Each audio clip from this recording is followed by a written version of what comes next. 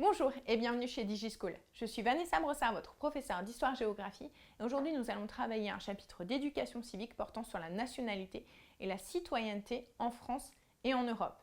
Et on va se questionner sur les droits politiques dans ces deux éléments.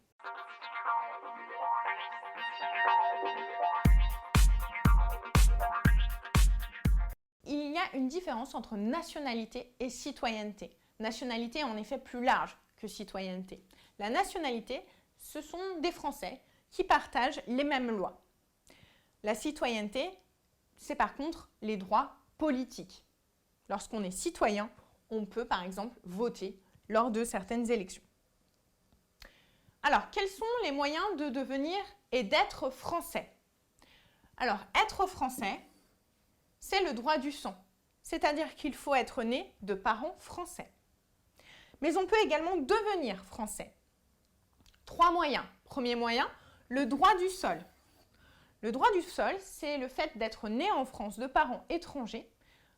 À ce moment-là, on est français à sa majorité automatiquement, mais les parents peuvent également faire la demande à partir de la 13e année ou alors l'enfant peut faire la demande à partir de sa 16e année.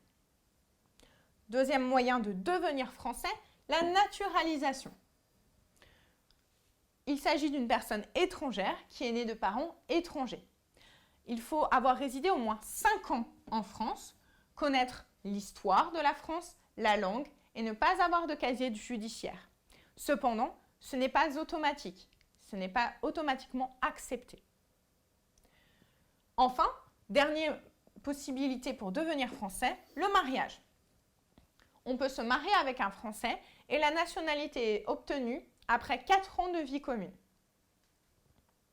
Il existe également une citoyenneté européenne depuis le traité de Maastricht en 1992. Elle va se superposer à la nationalité du pays d'origine, mais ne va pas l'écraser. Un Français citoyen européen peut être électeur, c'est-à-dire qu'il peut voter, et éligible, c'est-à-dire qu'il peut être candidat au Parlement européen, qui se situe à Strasbourg.